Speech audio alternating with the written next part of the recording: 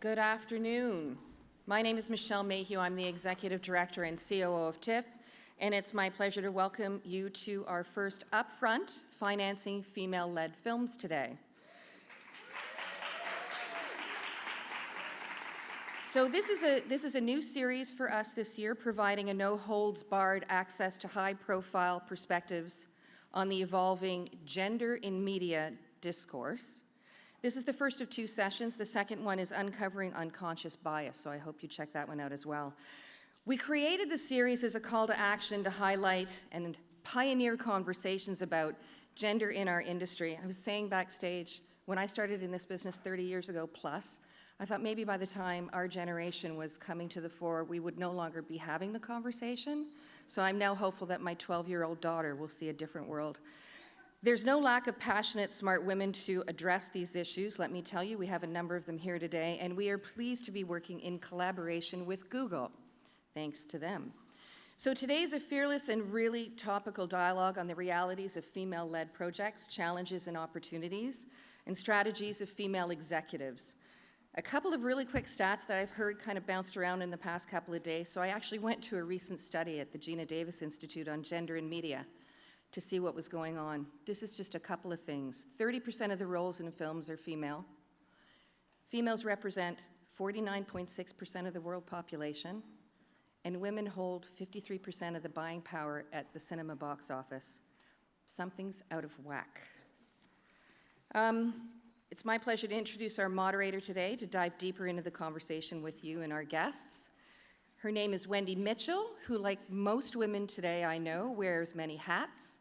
She is currently program manager at the British Council and contributing editor and writer for Screen, having previously been managing editor for Screen International, and she's worked for many of the most prestigious and important media outlets in our world. She's also the author of a guidebook to New York City's best dive bars. I now know she is a woman of my heart. She and I share the love of Thomas Vinterberg's Festen, and I love collecting quotes by really smart women. When asked in an interview for advice she would give someone looking to get a foot in the door, and this comes from Screen, so I know the quote is right. She said, "Be outgoing, confident, and persistent, but don't be obnoxious." I find those words to live by. Ladies and gentlemen, please welcome our moderator for today, Wendy Mitchell.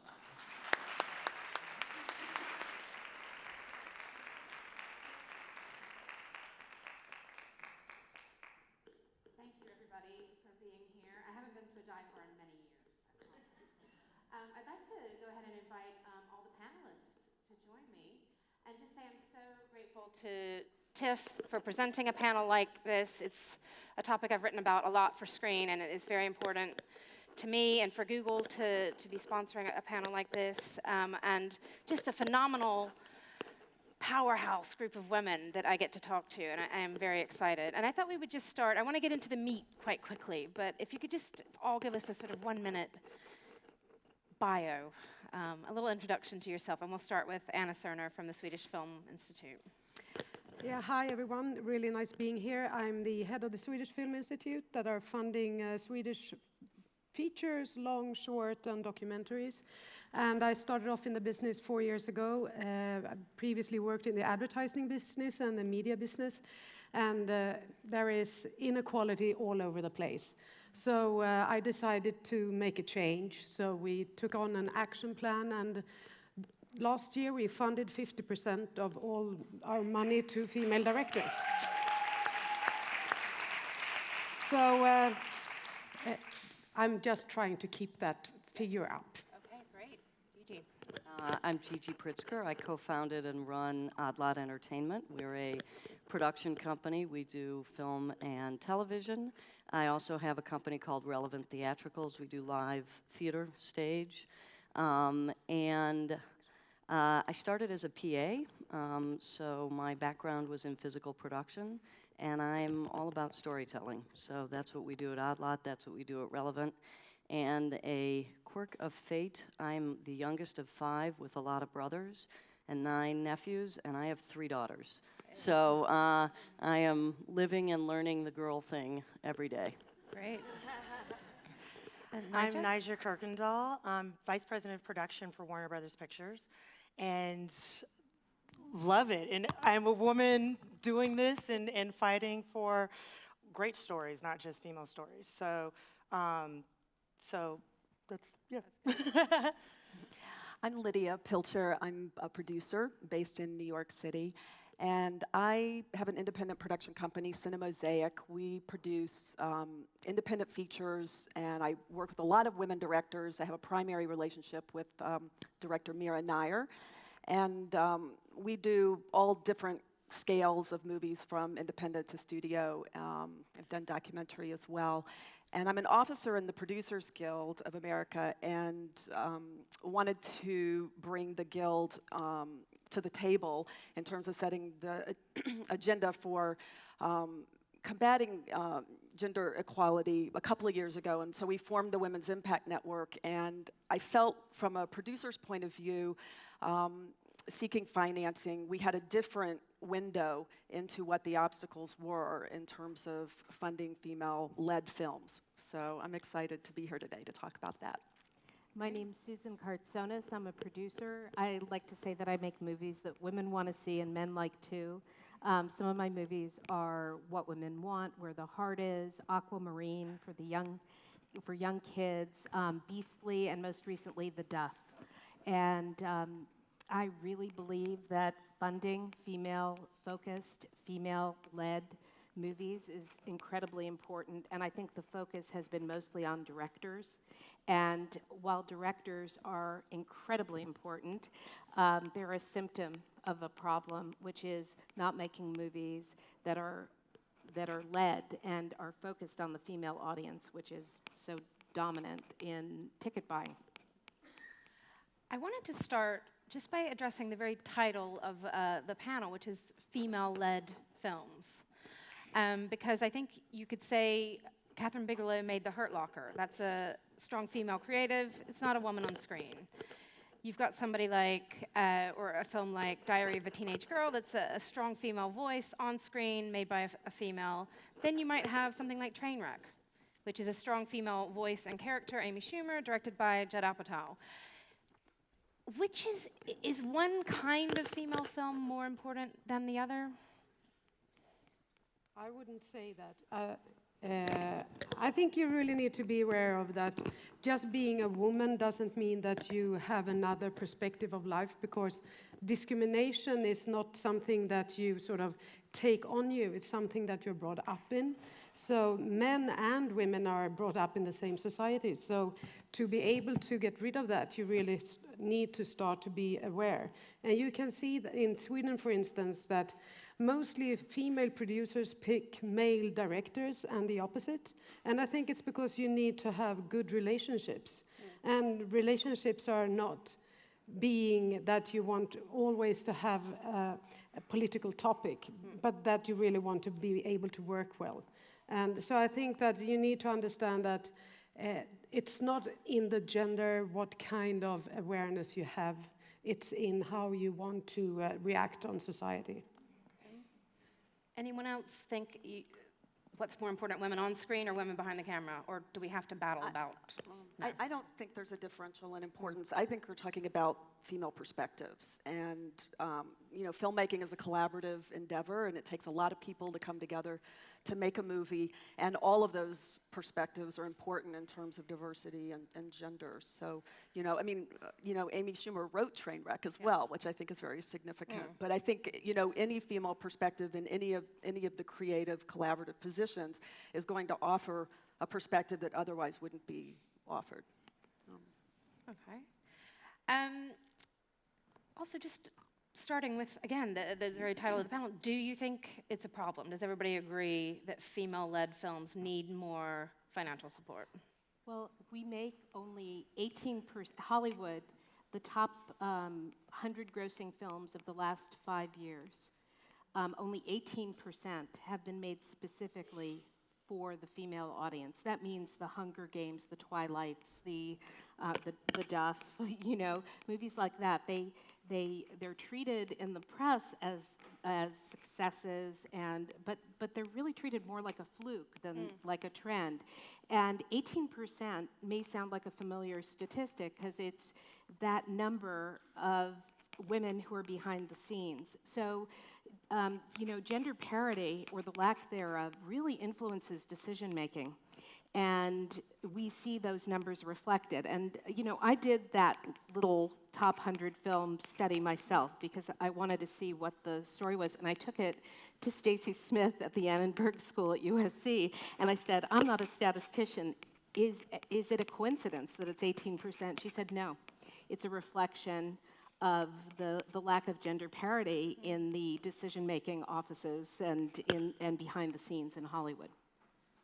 And we can really see that when we fund female directors, as the public funder, we are the first usually in the financing process, that they have much harder time to get the full finance than men have. Okay. So when we are funding female directors and or producers, we usually give them more money. We have to give them more money, and we are using our budget because we know that they will fail more oftenly than the men will. And when you try to make a search of why they fail to get it fully financed, it's usually because the distributors and the cinema owners lack confidence in that it can be a good film.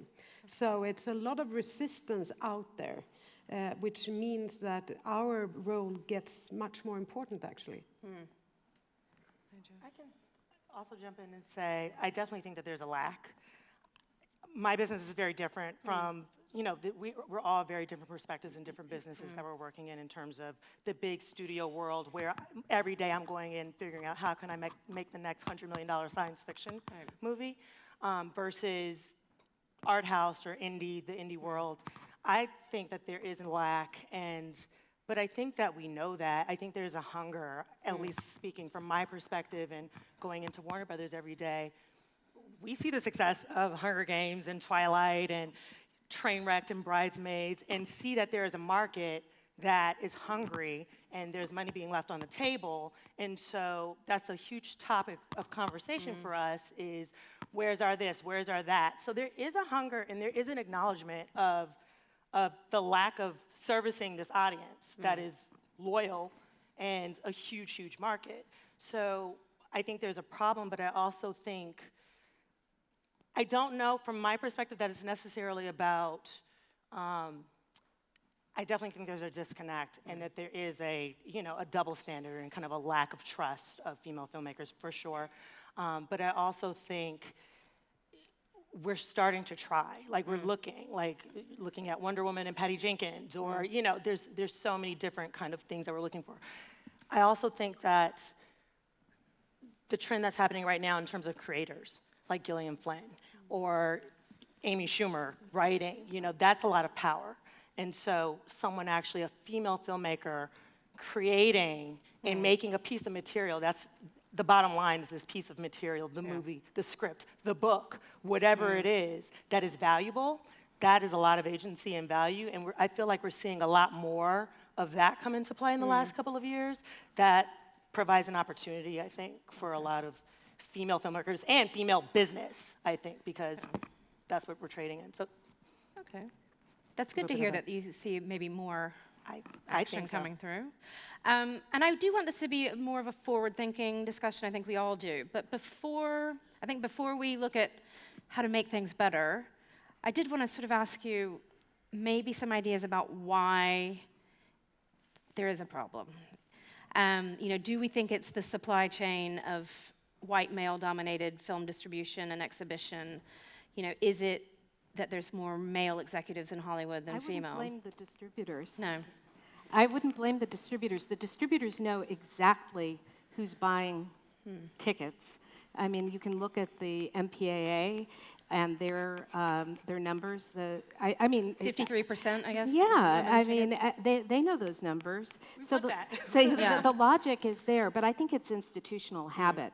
I think it's bad habit. There are old there are old beliefs that women go to movies more slowly and that young men drive box office. Well, everybody knows young men are watching video games and aren't going to the movies, and older audiences, and especially women, are driving box office. But it takes a while for Hollywood, which is actually a very conservative business, even though it should be a forward-thinking business because it's a media business, to back up that Mack truck and move it around and change it. And part of that has to do with a lack of gender parity at the top of the food chain. The green light ability is white males. And even though there are super smart female executives, there's one sitting right beside me who is fighting the good fight and pushing projects through, she will be judged. She doesn't have to say anything, but I was in that position at Fox for 10 years. She will be judged if she picks too many girl movies. But if there were more women who were part of the greenlighting process, who actually were making the decisions, and more media company owners who are female, and thank God there's one on this panel too, at least one, two, three, but financiers, fully funded financiers, that's going to move the dial. That's going to change things. But funding comes more slowly to women. But we're not that different than any other industry. I mean, we're conservative and we're not. old school. Yeah, but we're look not. at Silicon Valley. Like, No, that came out of Silicon Valley's nowhere, and it's the worse. same. Yep. Yeah. So, Sorry, I don't people. know.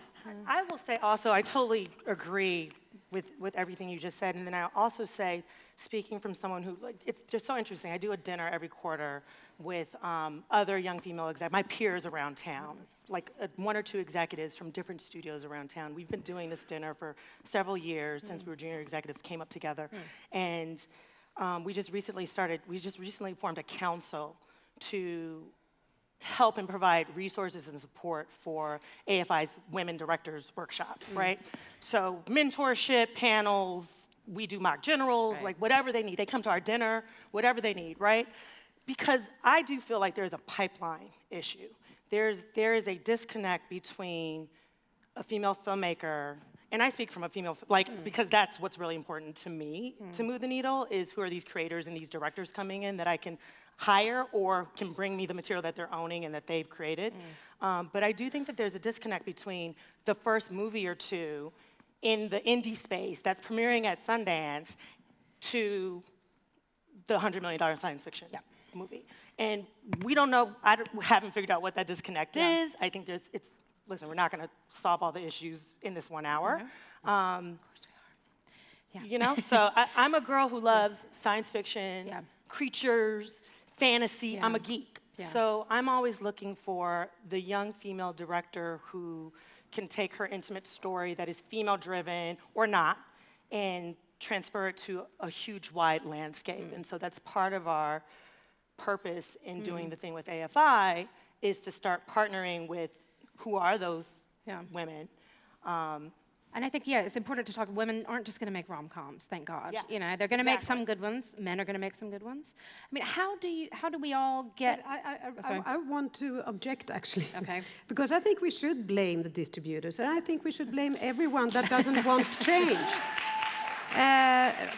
WIFT in Sweden made a research about the distribution, and I mean, in Sweden we're a very small country, and it's very hard to get through into the screens, which means it's it's more or less a monopoly. And when the distributors don't realize that it's not like if you're a female director or producer, you should make a film for the female audience. It's that all films can attract to everyone. And that is exactly what Twilight and Hunger Games and whatever they were called showed. And that's what the films that passes the Bechdel test shows. They make greater box office. How come they forget that every time they look into a project and say, oh, so this is a female project. I don't believe in the box office. Every one of us who wants a change need to be more aware. And I think the way of doing that is that everyone that is in the position of decision making, like you said, that you make networks and you share knowledge and you realize that we are all sort of discriminating, and we all need to realize that we are victims of discrimination. And exactly, it's not our business, it's the whole society. And if I can just say, what is quality? We all believe that we're looking for quality, right? And we want the best stories with the highest quality. And there is a research being made when the Boston Symphony Orchestra were trying to employ new musicians, and they wanted to get away from that they were only white male in the orchestra. So they didn't know how to do it, so they took a research consultant, a gender research consultant, and they made them apply behind curtains, so it was all closed. And the jury is sitting out there, they don't know who comes in and make the audition. And then they choose, and it turned out that they chose mostly men. And then they were sort of thinking, why did we do that? Do men have longer fingers so they play better? Do they have more time to practice because they don't have to take care of family? And there can be a lot of reasons behind that, but before starting looking for the reason, they made another step. So they put a thick carpet on the floor, so they made the musicians walk in on a thick carpet, and suddenly they picked 50-50. And that shows that the eye of the quality is in your own prejudiced eye. And if you realize that, then you can start choosing a new way. And that distributors should do, and that everyone should do. Well, everybody has to do it, but I want to follow up on both your point about the $100 million sci-fi and your point about who's walking in heels and who's walking in loafers. How do we get more women in the room when you're packaging the films to at least be considered? What are some positive steps that could be taken to get those women in the room and be on a level playing field to pitch? A few things. One of the things that we're starting to do already, which is about how can we be exposing ourselves more. By the way, to speak to your earlier point, I do think you guys are actually disagreeing but saying similar things. No, it is about a woman being, it is about, people are passionate about what they're passionate about. And they go after things that they relate to and that speaks to them and that's authentic to them. So me being a woman in the room, I love action movies. Me being the only woman in the room helping make this action movie is important because I'm going to bring a female perspective. But I make action movies, and I love action movies, right? You know what? So it's like being in the rooms, being in the higher... But you might make Speed instead of the Fast and the Furious. Or exactly. maybe you'd make the Fast and the Furious version of Speed, but you might make something, you might consider something with a female protagonist, No, I agree, and that's what it's like. I think part of the answer is, I think what you said earlier, is getting more... diversity is not just, I'm a woman of color also, so getting more diversity into the room, it's not just me, it's into the rooms of distribution. Who's my equal in distribution? Who's my equal over in marketing? It's all these layers of the filmmaking process and checks and balances that go into a female-driven movie getting greenlit. But I think it's exposure, us doing the work to expose ourselves more to the talent that's out there. I think it is also having people in the room who are passionate about a certain thing. One project can get pushed through because one person in the room is like, oh my God, I saw that person's first movie 5 years ago, and this is amazing. And that one voice in that room moves the needle.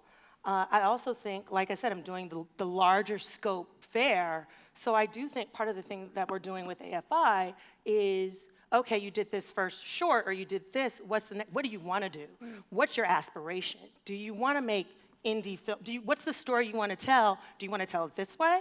Or do you want to tell, District 9 is a good example, do you want to tell a movie about apartheid, but did you grow up, are you obsessed with creatures? Do you want to tell in a way, does it manifest itself as an alien invasion movie? Like, what's the voice, what's the aspiration? Because some female filmmakers don't want to make $100 million science fiction movie.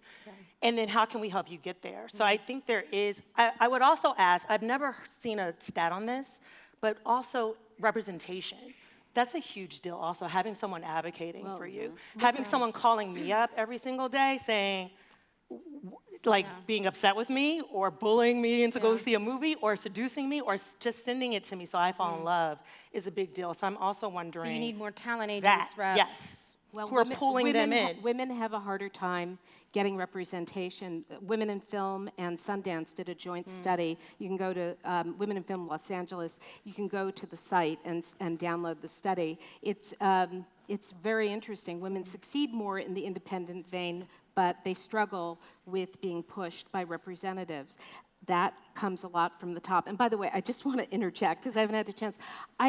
My point was that it's not only the distributors, it is the entire organism. We need affirmative action, we need gender intelligence, we need training, because men and women have to work together to make good movies because the planet's half female and half male. So it's not just distributors, and it's not just getting more female directors. It's every single aspect of the organism that is our business that has to have gender parity, and it has to be at least parity. If we're going to be absolutely accurate to the way women buy tickets and inhabit this earth, we would be the majority.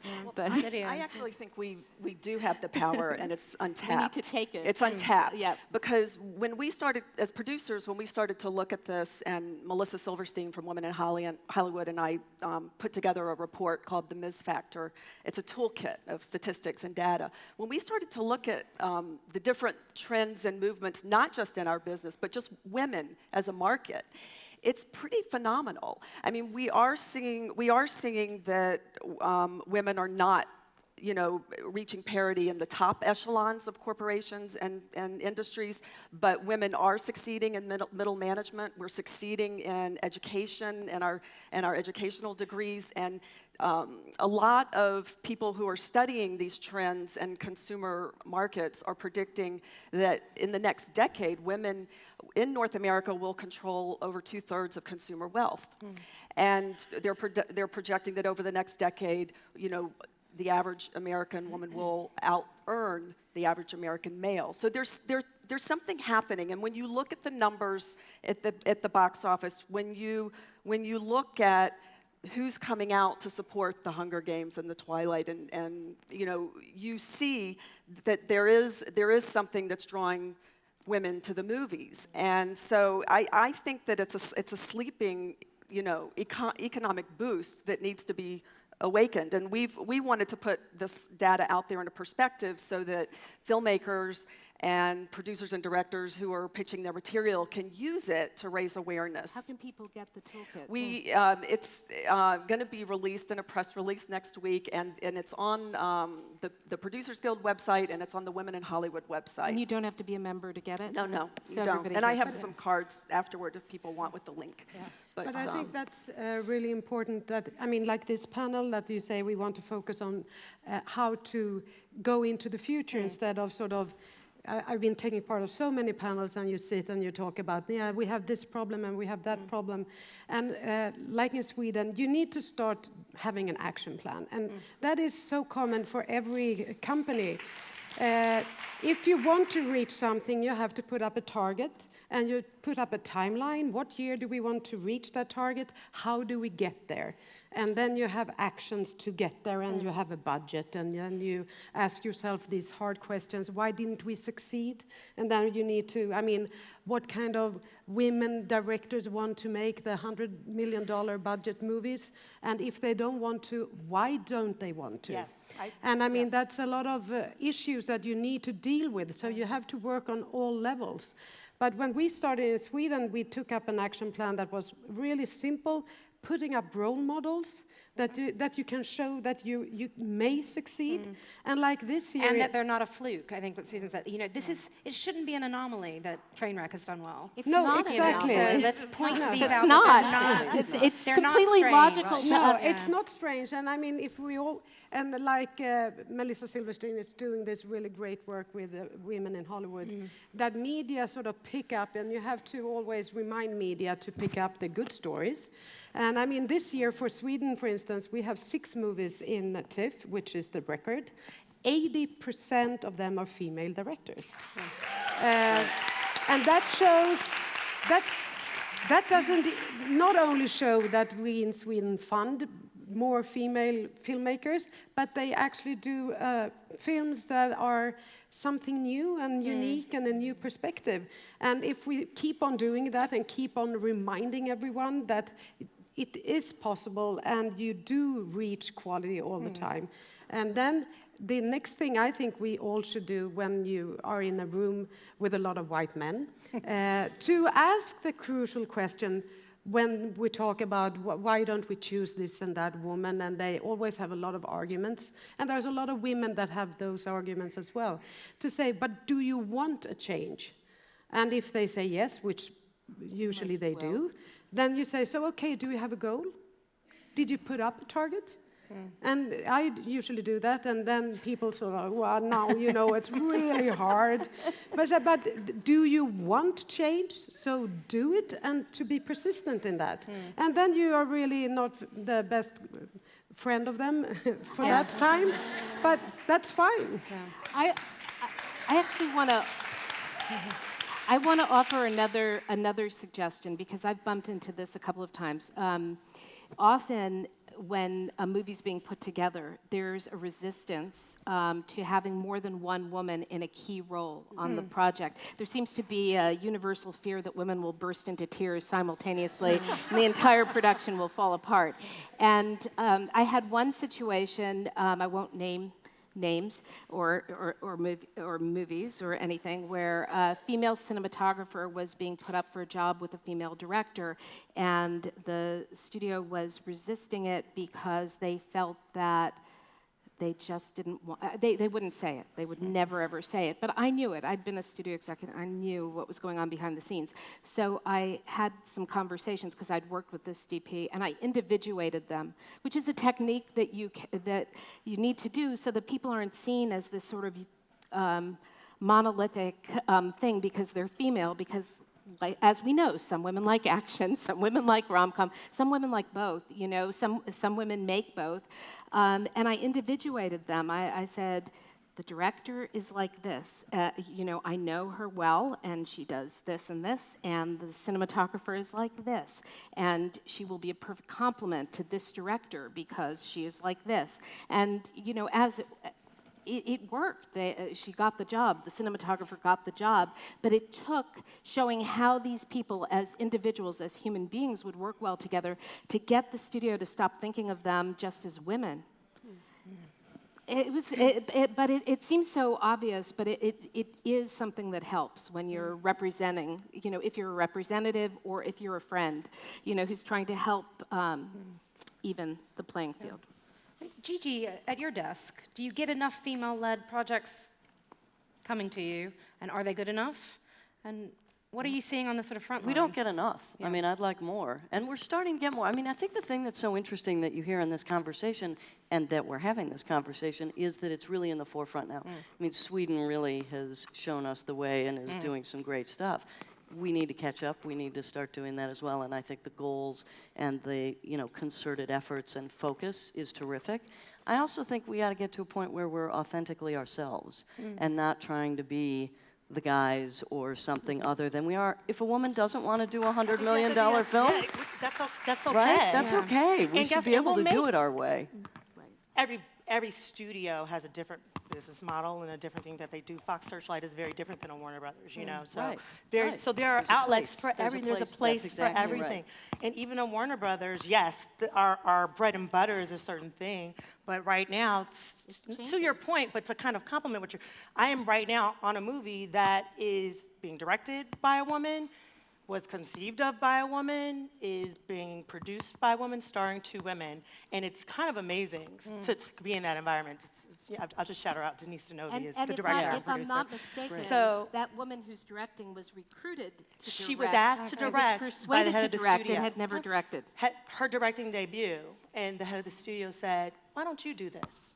And so that's why I started with a positive outlook, because I do think that we see that there's money being left on the table that we're not grabbing at Warner Brothers because is of the changing. audience. Yeah, it's changing. Yeah, but what you want is really the big studios to say, we really want this. Because when we said it at the Film Institute, as soon as I said very clearly, as the head of the institute, that I really wanted this in 3 years' time, it started coming in projects with female directors and producers. Can we have targets in Hollywood? Because I mean, of course, they go for the money. So if you know that you're looking for female directors, the producers find them. And that's And as to your simple as point, that. you have Money to be so talks, yeah. persistent. You Yeah. have to be so persistent. I mean, I can't tell you the number of rooms where I'm the only woman all the time. Yeah. And and you're never their friend, because you just constantly have to pound that same drum. But I think the good news is I think it's starting to happen. I think the stuff you're doing, the stuff Women in Film and Sundance are doing, it's starting to be the conversation, and I think we're all starting to realize we have to be conscious and do it with, purpose. And as producers, I think we find ourselves on these conference calls where it'll be, it might be studio execs from a couple of studios, because you partner a lot, and you might have a couple of producers, and we're dealing with lists of directors, lists of writers, lists of actors, and we're just talking about people. And it's amazing, how that list just comes in, almost completely white men every time. And you hear the conversations, you hear what people are saying about different people, and you see how women are getting pigeonholed and men aren't, or how women can do what they just did before, but men have this ability to expand and do something completely different. And it is a chauvinism. I think that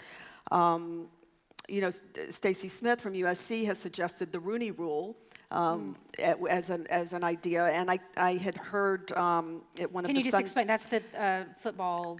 Yeah, it's when the NFL, insisted for to increase diversity, that for all head coaches, diverse applicants had to be interviewed.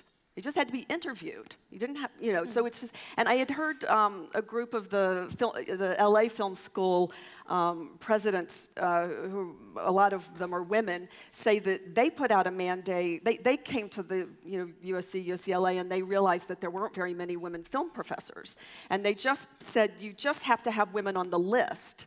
And within a couple of years, the balance completely shifted. So it wasn't a mandate of you have to hire, but you have to consider. You have to interview, you have to think about it. And I think that's important, and I think we have to push forward. And I think mentoring and networking in terms of developing talent, in terms of helping women sustain their careers after they make their first feature, all of these are things that I think are being actively talked about in our industry right now. And I think there's a difference between mentorship and sponsorship that's been talked about. And the last movie that I produced, I really paid attention to that difference, and I hired someone to sponsor them in their job, as opposed to just mentoring for free on the weekend.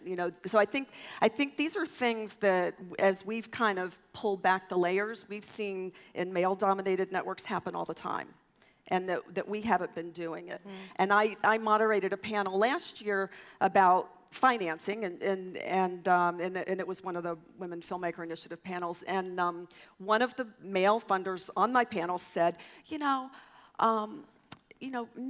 producers just come by all the time and just hang out and just talk to me about what's going on, and it's just a regular thing, and I just never understand why the female producers don't do that. And it was like, oh, interesting. But because he was welcoming it, he just said it didn't happen. So it's sort just of different culturally. Right. Yeah. Different Also, exactly. That's not what I do. I don't go hang out. That's really interesting. That's a gender intelligence thing. Yeah. That's a gender intelligence thing. When men and women can understand the way that we relate differently, we can change and we can invite in the other gender. Because let's face it, diversity includes men as well. Right now the balance is tilted in the other way. It includes gender, it includes race, it includes everything. But gender intelligence is really important.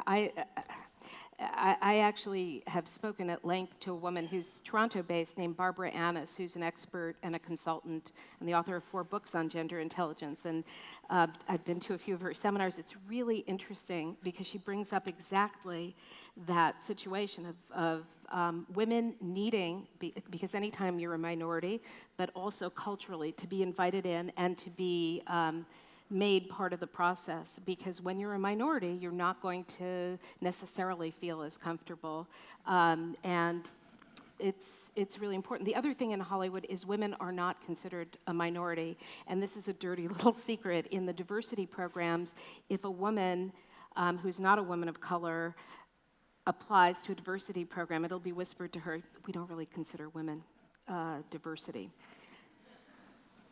I've had several women tell me this who work within those programs, and it's disgraceful. I mean, because both women and women of color are minorities or double minorities, but women have to be minorities. We're half of the population. We're minority. That's In the exactly right, system, and that's we all know that here, but we're a minority in the upper echelons of the business. Oh yeah, we are a minority in power. So affirmative action is actually really important in terms of bringing women into the But I think that, executive suites. what you're talking about now is really showing the need for knowledge. Because I think networking, you can network in so different ways. There is one kind of network that women need to have with each other, and that is to share what we hear. Because we hear so many weird things. And you need to sort of get it off your chest, and you need to realize it's not me as a person, it's the structure that is talking right now, and to realize not to be oppressed by it, but to realize that, okay, that is how it works, so how, and you realize it too, so okay, then I feel a bit relieved. But on the other hand, what you're talking about is that networking when you have something to give away and to get in terms of money, power, action, or whatever it is. So men always networked, and they all had things to give to each other. Transactional. Yeah, it's transactional networking, and so it's like, yeah, you seem to have some kind of power. I pop by your studio and I have a coffee and I'm invited because I have something to give to you too. Yeah. So I've been inviting to so many female networks where all the women sit around a table or tables, and everyone is wanting something that no one in that room can give. And which is really ridiculous, because that is not networking, that is whining, actually. That's why we engage. That's why we have to engage the guys. I mean, men have to be a part of the solution, and they have to welcome it. And I want to ask you, Anna. There have been Scandinavian studies, I think Swedish studies, on the success of diverse groups of gender balanced groups in business. I wonder if you... I mean, there's been one study, made by a female professor. Actually, she's Swedish, but she made it in Norway, and it was regarding... this is not the film business, but I think that is equal to all businesses. It's regarding large cap companies in New York, I think, or in America. When you have a turnover which is billions of dollars. When you have one woman on the board, what happens? And if you have more women on the board, what happens? And it shows that the gain, or what actually the company earns in terms of investing back to their owners is, well, it goes up and down like this if you have the line of only men in the board, which is very common. And it goes up and down because you have the different kind of catastrophes happening, and it's of course changing. And then you have one woman on the board, and you can see that the curve slightly goes up. And then you have 3 women on the board, and it goes up really radically. Diverse teams succeed. Yeah, and then they try to find out why is that happening. First of all, is that when you're one, you can't make really a change because you're too lonely. But when you're 3, it's an impact. And that's why they don't want 3 on the board. But then if you are 3, what happens is, and this is very fundamental, what happened in the boards was that when women came on the board, and we always need to prove that we are competent and that we are the best and that we're not quoted in and whatever it was. So the women, they read and they go to the board meetings, which means that the men went to the board meetings as well. Because otherwise it's like, no, I can't show up this time because I'm going somewhere else. And the men also read the papers before coming to the board meetings. So suddenly, because of course when you go to a meeting when there are a lot of people, or 10, 15 people around the table, and the only ones that have intelligent questions were the ones that actually read the papers before. So that were the women, and then you start reading the papers because you want to be a part of the knowledge. So the men started reading the papers as well, and what happened was that they actually threw out the CEO faster. When they didn't perform, they changed the management, which the board's mission is to do that. But if the only ones in the board comes when they want to, and they didn't read the papers, and they were networking around the table, and suddenly it came in people that were actually engaged, you make better decisions. And that's why we need diversity, because you need new perspectives and new questions, and not that bonding feeling around the table, because the bonding feeling is not professional. And so, I mean, the research really shows that you need diversity and gender equality. The problem is that the leaders and the chairpersons usually haven't got the training for, when there are a lot of different opinions, it's kind of much harder to make decisions and have a strategy. And inconvenient. yes, I mean, it really puts a lot of more pressure on everyone around the table, but the decision-making gets better. So it's hard work to be a professional, but I think maybe we should start doing that. It's worth it. No. Can I just, Sure.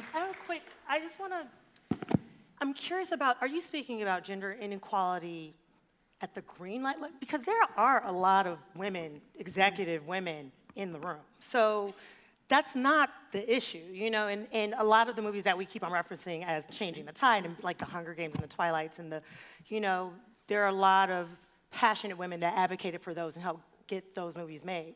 So in terms of the executive studio, where specifically what are we focusing on? I think your point is a really good one about the 3. Yeah. Because, we're spread out.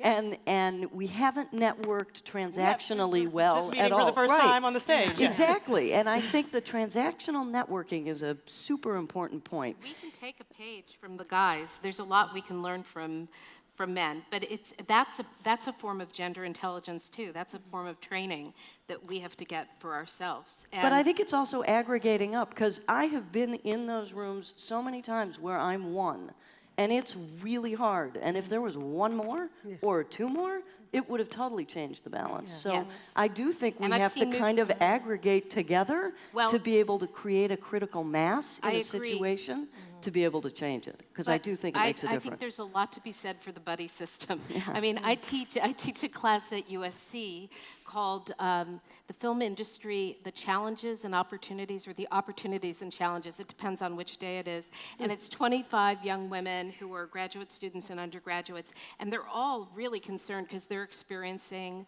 sexism in school already. And that has to do with gender balance and a lot of other things.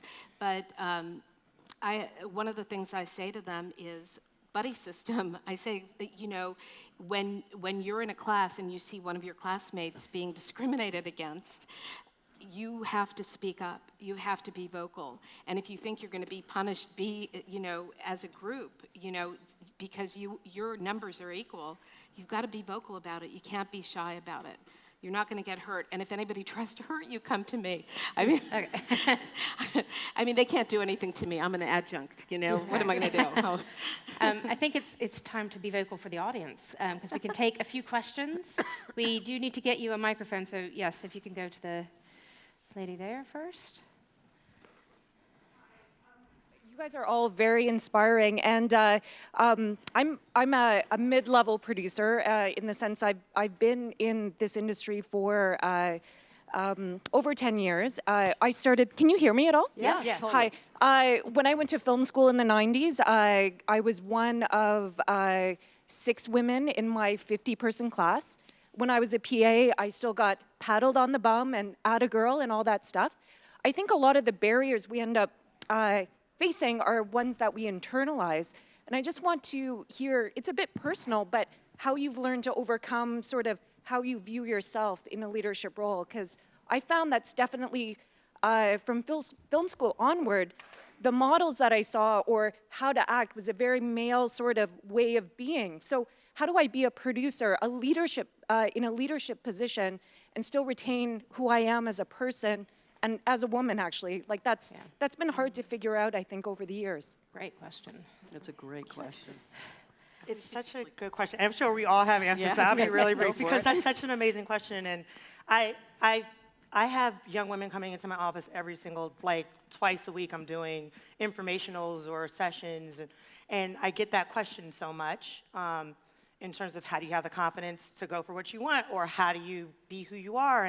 And I feel like I feel like my value in the room, in this business, is because I am a woman of a certain age, of a certain race, from a specific place, with the experience that I have. And that is my value. That is my perspective.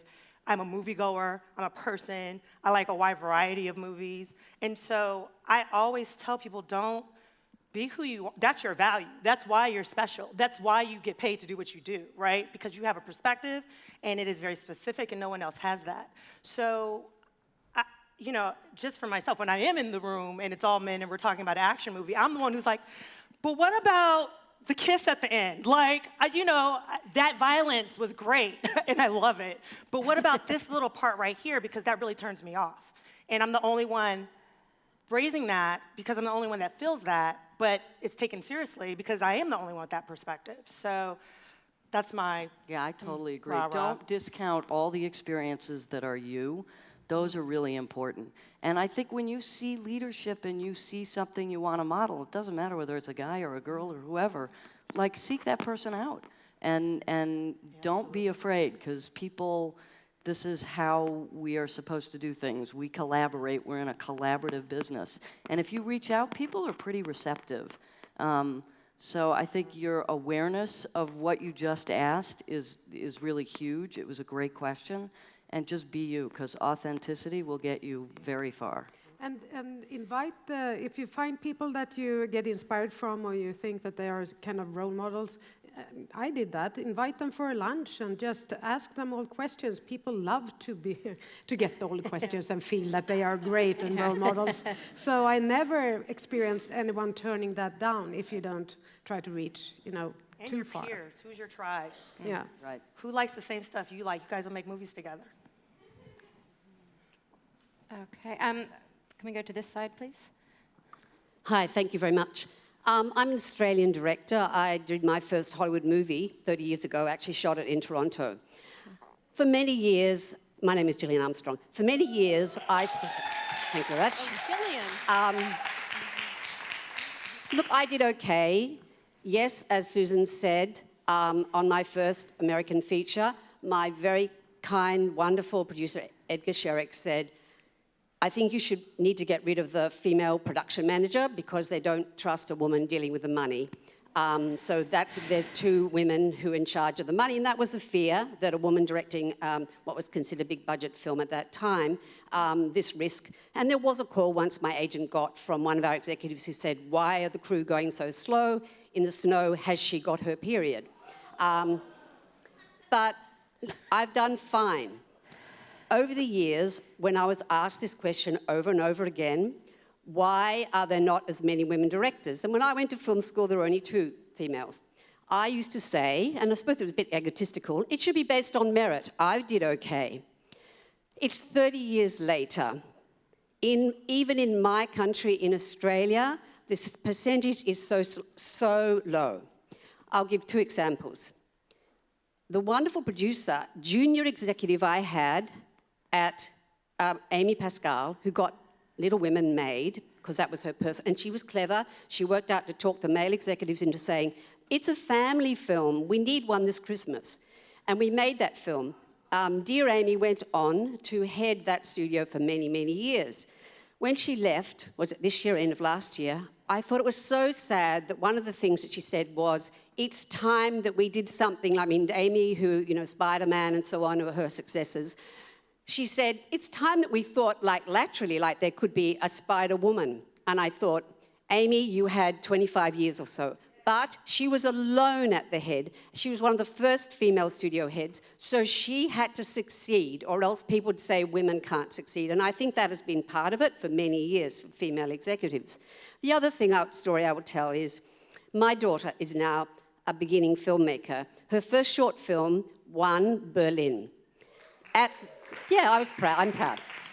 So she's at the Berlin Film Festival meeting other short filmmakers. She meets, and she also won Best Postgrad Short Film of the Year. And she met the young guy who won the same award 2 years earlier. He was headhunted by a production company to direct ads. My daughter is actually working part-time in an actors agency. She's now done 3 films, and she's going to production companies begging to try to get a job. And her last short film won another award and opened another short film festival. Jillian, we feel your pain. I mean, the no, women, but we a see month it. ago in Australia, I mentioned this at the Sydney Film Festival to the head of our Directors Guild, and we went, you know what, it's time for affirmative action. And our hero sits there with blonde hair, and last week we went to meet Screen Australia to say, part of your agenda is to fund culture and the film industry in this country, and Sweden has done it. You have to have a target. It is time for affirmative action. And the head of production that we met, who's a woman, said, well, we're working on diversity. I said, I'm a director. This is about power and a female vision. Whether they want to make an action film or a comedy or an indie film. And it's the same numbers are coming out of film schools around the world, and they're not making the stories, except in television in America, which has really, really changed because they're character-based films. And I don't want to be sexist, but many women would prefer character-based films. My daughter actually loved Mad Max, so I'm going to send her straight to Warner Brothers and send her reel. But yes, I agree, it's time for affirmative action, and how fantastic you are all here talking about today. And I've got to run to screening, that's why I was so pushy and spoke earlier. But thank you all, I think it's fantastic. Thank you, and Jillian. it's time for change. No, I'm so, one more? Oh, okay. We've got a brave young man in the audience ready to ask something. I, too, want to get that $100 million sci-fi film. I'm really just starting my road here. And I, too, see how lucrative, the female-led movie can be in this environment where it's not really tapped into. So, unfortunately, my position as a white male, I don't think, how can I make a difference and how can I really push what I want to do to the forefront when... I mean, if I could financially back a woman, that'd be great, but I need to be a little financially backed myself. And I have, like...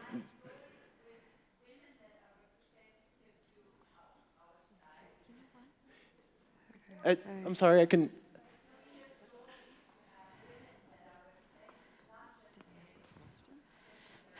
No, most definitely. But I just feel like my position, like I want a genuine female voice, and that's why my partner and who brought me into this whole film industry is a woman. And what should I, how can I help? But not help because I need to be helped the same way. You know what I mean? Yeah. Like. You want to be treated as an equal. No, but I and mean, tell the story you want to tell. What you can do as a man is to promote women and back them up when you have the chance, but as well that you as a man ask the crucial questions to other people in powerful positions. You can ask them the questions, the distributors, the cinema owners, or other financiers. what do they want? Where do they want to start? Do they have a target? And if you, as a man, ask the questions, you just make our life a little bit easier. And if you see a woman being marginalized because she's a woman, speak out against it, because the sad truth is you may be heard in a way that a woman wouldn't because you're coming from a different perspective. You may have inroads that a woman in your position might not. So use your voice, and we appreciate it. Thank you. I appreciate it. You guys are also aspiring. Miss Andrews, so inspiring. Thank you. I'm so sorry because I see some very enthusiastic hands, but we have run over, so we do have to stop. I'm so sorry because we could sit here for 8 hours. I think we should next year just do an 8-hour panel. But thank you so much for insight.